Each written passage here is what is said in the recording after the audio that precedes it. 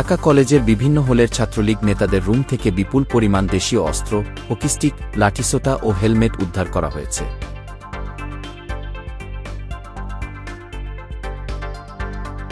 শনিবার 17 আগস্ট দুপুরে তল্লাশি চালিয়ে এসব অস্ত্র উদ্ধার করে শিক্ষার্থীরা। তল্লাশির সময় প্রায় প্রতিটি রুমেই ছুরি, চাপাতি, রামদা, হকিস্টিক, লাঠিসোঁটা ও হেলমেট পাওয়া যায়।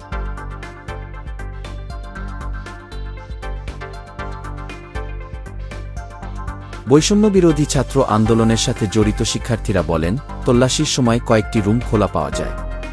ওই রুমগুলো থেকে আগ্নেয়াস্ত্র সরিয়ে ফেলা হয়েছে বলে ধারণা করা হচ্ছে।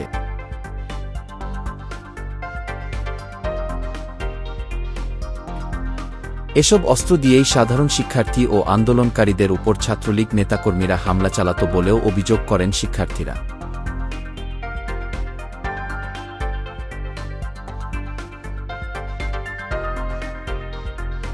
একজন শিক্ষার্থী বলেন, একটি শিক্ষা প্রতিষ্ঠানের চিত্র এমন হতে পারে না।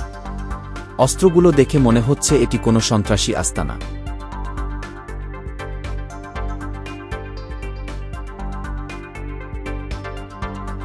এদিকে শিক্ষার্থীদের তল্লাশি এবং দেশীয় অস্ত্র পাওয়ার বিষয়ে হলো সুপারদের বক্তব্য নিতে চাইলে তারা এ বিষয়ে কথা বলতে রাজি হননি।